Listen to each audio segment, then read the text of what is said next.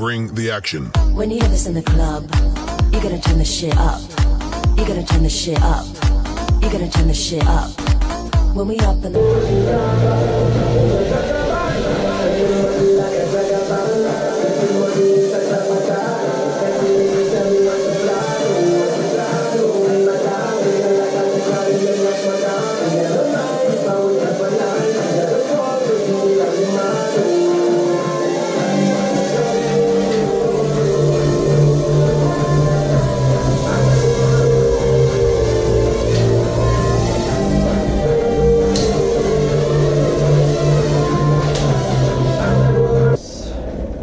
Aujourd'hui, comme promis, on va parler d'un produit assez spécial de G. C'est le Mavic Pro. Alors, il est sorti depuis que G a annoncé la sortie le 27 septembre, si je me rappelle bien, 2016. Alors, depuis, on l'attendait, on vient de le recevoir et on voulait partager avec vous l'inboxing de ce produit et parler un petit peu de ses points forts, ses points faibles, les options nouvelles que ce produit vient avec. Et si le temps le permet, bien sûr, on va faire peut-être un petit test en outdoor. Alors, le Mavic Pro. Alors voilà, je vais approcher un petit peu de la caméra. Je ne sais pas est-ce que vous arrivez à voir. Alors voilà, c'est un drone, c'est un petit drone tellement compact qu'on peut le porter carrément dans un petit sac comme les sacs des appareils photo. Donc voilà, c'est tellement pratique et c'est tellement puissant aussi parce que on peut dire qu'il partage pratiquement les mêmes options que le Phantom 4 et quelques options aussi pour le Phantom 4 professionnel. Alors, l'avantage du Mavic Pro, c'est que, comme j'ai dit tout à l'heure, c'est un drone vraiment pratique, très compact, avec une caméra 4K, une portée aussi qui peut aller jusqu'à 7 km, mais à ne pas confondre avec la portée de FPV, de First Person View, ça veut dire le retour vidéo. Alors, quand on parle de la portée de 7 km, il s'agit de la portée de la communication entre le drone et la télécommande, et pas du tout la portée de retour vidéo. Alors lui, par rapport à la portée de retour vidéo, en dessous de 4 km, on est sur un retour vidéo de 1080 pixels, ça veut dire en Full HD carrément. Une fois on dépasse les 4 km, on descend au HD à 720 pixels. Mais quand même, on peut profiter d'un retour vidéo jusqu'à, on va dire, 5 km, 5 km et demi. Après, ça dépend des endroits. Quand on est par exemple dans un espace bien dégagé, on peut carrément atteindre les 7 km si bien sûr il n'y a pas une présence des BTS, de télécommunications, les antennes de télécommunications, les antennes relais des téléphones portables et tout, parce que ça coupe un petit peu le signal. Alors pourquoi le G Mavic peut atteindre cette portée? Tout simplement parce que G a modifié un peu la fréquence de drone, la fréquence de la communication entre le drone et la télécommande. Parce que à partir de la version 3, ça veut dire le G3 standard advanced et professionnel, on était sur du 5,8. Par contre, sur le Mavic, on est sur du 2,4 carrément. Alors, c'est quoi la différence entre les deux? Tout simplement, plus le canal de communication, plus la fréquence est grande, plus elle est large pour pouvoir transporter assez de données. Alors, plus elle est large, plus la portée est petite. Plus le canal, on va dire, est moins large, ça veut dire sur 2,4 qui ne transporte pas assez de données, plus on peut profiter d'une portée assez importante qui peut aller jusqu'à 7 km dans le cas du Mavic. Alors, comme vous pouvez le voir, il est équipé bien sûr de détecteur d'obstacles avec un capteur sonique. Alors on voit le capteur sonique en bas avec deux caméras de positionnement. Alors on a les bras qui sont rectrables. Alors voilà, on peut le ranger facilement.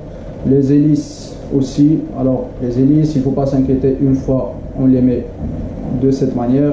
Excusez-moi. Après, une fois le drone démarre, il y a un système d'auto-verrouillage automatiquement pour les hélices pour ne pas qu'il se mélange entre guillemets, quoi. Alors, à part ça, on est sur une batterie de 3830, si je me rappelle, milliampères. Alors la batterie, voilà, je vais enlever la batterie. Alors c'est une petite batterie. Alors c'est une batterie quand même qui peut nous permettre d'atteindre une autonomie de vol de 27 minutes. Je parle, quand je dis 27 minutes, c'est pour les bons pilotes. Parce que plus on pilote bien, plus on sollicite moins le drone et les moteurs de drone, plus on gagne en autonomie.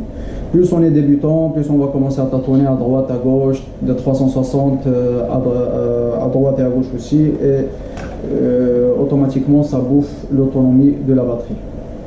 Alors, on va voir un petit peu, alors je pense qu'on a fait un petit peu le tour, oui, alors on va parler un petit peu de la caméra. Alors tout à l'heure j'ai parlé un petit peu de la qualité vidéo, on est sur du 4K carrément, et la caméra c'est une petite gimbal avec 3 axes bien sûr, comme pour le G Phantom 3 professionnel ou le 4 carrément. Alors après on a des LED qui sont présents ici pour le positionnement de drone. Après, bon, voilà, on va parler un petit peu de sa télécommande. Alors, c'est une petite télécommande. Voilà. Alors, on a les deux antennes ici. Ce sont des petites antennes, mais quand même, on est sur, comme j'ai dit tout à l'heure, on est sur du 2,4. Alors, quand même, la portée est importante. Alors, sur ce côté, on insère le téléphone. On a le petit câble de liaison qui vient brancher sur la télécommande, et de l'autre côté, on a ce côté pour le brancher sur nos téléphones. Ce qui est bien avec le Mavic, c'est qu'il est fourni avec 3 types de câbles. Le premier, c'est un câble pour les Android, c'est le micro USB. Oui, c'est un micro USB. Le deuxième, c'est un câble spécial pour les iPhones. Et le troisième, c'est un câble USB de type C. Voilà, alors on a trois types de câbles, je vais vous les montrer. Alors, on a une petite sacoche sans coup. Excusez-moi, voilà. Alors le premier câble, ça c'est un câble de type USB-C, si je me rappelle, oui c'est USB-C, ça ressemble au câble de la GoPro 5. Et on a l'autre câble, je ne sais pas où il est parti, voilà il est là. Alors ça c'est un câble spécial pour les iOS, pour les iPhones. Après bien sûr on a une protection de la caméra qui se branche de cette manière. Alors, protection de la caméra vient s'installer ici. Alors voilà, on peut l'utiliser, on peut utiliser le drone avec cette protection, comme on peut l'enlever. Par contre, il faut faire attention, pour les gens qui vont acheter le Mavic, il faut faire attention avec la protection du gimbal. Alors c'est une petite pièce en plastique qui stabilise la gimbal en bas. Alors c'est comme pour le Phantom 3 et le Phantom 4, alors ça aide à ça protège un petit peu la gimbal en cas de voyage, en cas de quand tout simplement vous rangez votre drone, ça évite à ce que la caméra bouge beaucoup, et ça bien sûr ça peut créer des problèmes après avec l'ému du drone. Alors voilà, on va ranger ça. Alors voilà, après sur la télécommande on va aussi on va essayer de voir un petit peu les fonctionnalités. Alors pour l'allumer, tout simplement c'est la même chose, ça veut dire on appuie une fois et deuxième fois on reste appuyé. Voilà. Alors après sur le côté on remarque le bouton sport. Alors voilà, quand on bascule sur le mode sport, le drone devient rapide, assez nerveux. Il peut atteindre carrément 65 km/h en vitesse de pointe. Après, ici, vous avez le bouton retour home. Ici, c'est une petite, voilà, ici, ce que vous voyez ici, c'est une petite mallette qui permet tout simplement de contrôler la gimbal, à droite, à gauche, en bas, en haut. Comme on peut la contrôler bien sûr avec la molette qui est juste derrière. Alors c'est les mêmes fonctionnalités pour les gens qui ont déjà utilisé les produits Phantom. Alors celle-là c'est pour contrôler la gimbal, et la deuxième c'est pour bien sûr contrôler l'ISO de la caméra. Après le reste on a les manettes de gaz comme pour les autres produits. Et bien sûr, après, derrière, on a une prise USB femelle qui permet de connecter la télécommande avec l'ordinateur pour faire les mises à jour. Alors, comme j'ai expliqué, c'est une télécommande en 2,4 qui nous permet d'atteindre une portée assez importante. Quand on est moins de 4 km, on est carrément sur un retour vidéo sur le téléphone de 1080 pixels. Une fois on dépasse les 4 km, on descend carrément en 720 pixels en HD. Alors bien sûr, avec toutes ces fonctionnalités, le Mavic garde toujours les mêmes options que les autres produits. Ça veut dire qu'on a le mode Follow Me, ça veut dire pour que le drone puisse nous suivre et nous filmer en même temps. On a le mode Active Track, on a le nouveau mode qu'ils ont ajouté sur le Mavic, c'est le Gesture Control. Et il permet tout simplement de prendre des photos, des selfies à partir des gestes que vous allez programmer à l'avance. Ça veut dire, je dis n'importe quoi, si par exemple on fait comme ça, automatiquement le drone va nous prendre en photo. Alors je n'ai pas encore touché bien cette option sur le drone, mais je pense que c'est programmable. De toute façon, l'option existe sur le Mavic. Il faut juste rentrer sur l'application Jigo et regarder un petit peu le paramétrage pour s'en servir. Alors, concernant le poids, on est sur un produit de 700 grammes à peu près, il n'est pas vraiment trop lourd. Concernant la portée, en termes d'attitude, on est sur 500 mètres. Alors, on remarque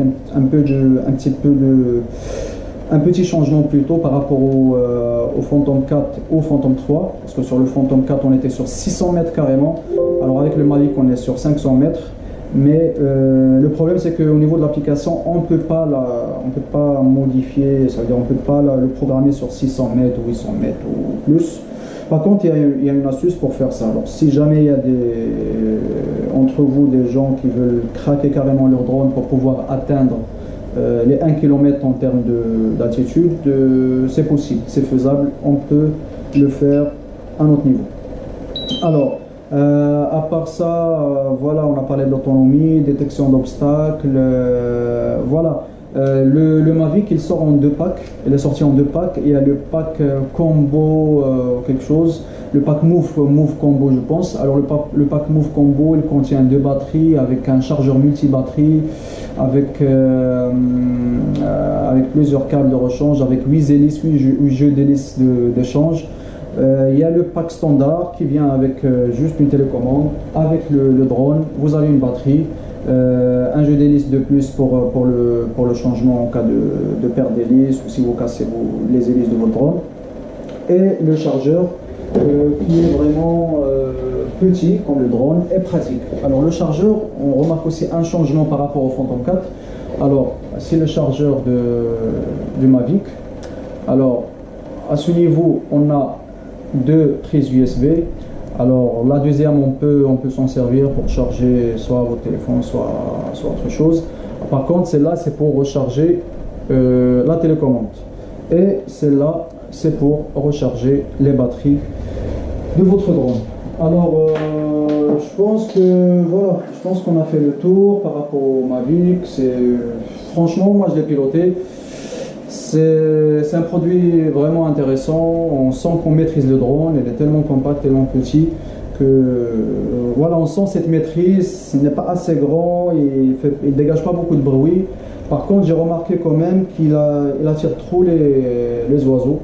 Alors faites attention quand vous pilotez, il ne faut pas toujours être penché sur votre retour vidéo, il faut de temps en temps regarder votre drone. Et en passant, je vous donne une astuce. Si jamais vous voyez des oiseaux, des éperviers ou je sais pas, qui s'apprêtent à attaquer le drone, il ne faut pas fuir, il faut plutôt les attaquer. Ça veut dire, bon, je vais vous donner un exemple, votre drone est ici, l'oiseau est ici, si vous voyez que l'oiseau s'approche, au lieu de fuir, au lieu de reculer, il faut plutôt aller vers l'oiseau, et automatiquement il va fuir. Et quand vous faites le contraire, il va vous prendre en chasse, et là ça dépend de votre qualité de pilotage. Voilà. Alors je pense que c'est tout. Je vais essayer de faire Si vous voulez, on peut faire un test ici. Parce que j'ai remarqué quand même qu'il est assez stable. Alors je vais brancher les hélices. On va faire un petit test ici. Pas besoin de descendre en bas. Alors, les hélices, voilà. Alors je vais vous montrer les hélices, on en a deux. Alors il y a les grises avec un petit cercle gris et il y a les noirs. Alors, au niveau du drone, on voit le premier moteur avec des marques grises et le deuxième avec des marques noires ou sans marque, tout simplement il est noir. Alors automatiquement l'hélice grise s'installe sur le moteur gris. Alors automatiquement, alors c'est, regardez, c'est facile, c'est comme le Phantom 4, on appuie et on tourne et ça condamne. On fait la même chose de l'autre côté. Voilà. Alors voilà, là il est prêt. Et l'avantage aussi, c'est que on peut le piloter, on peut le démarrer carrément sans brancher le téléphone. Alors, on va essayer, on allume la télécommande. Alors, voilà. Je vais dégager un petit peu l'espace. Quand même, c'est un petit nerveux. Le mode sport, on le désactive. Voilà. Et ready to go. On démarre, c'est la même chose, les deux vers le bas. Voilà. Vous allez le voir tout de suite. Alors, vous voyez quand même, on voit une certaine stabilité, mais c'est très stable.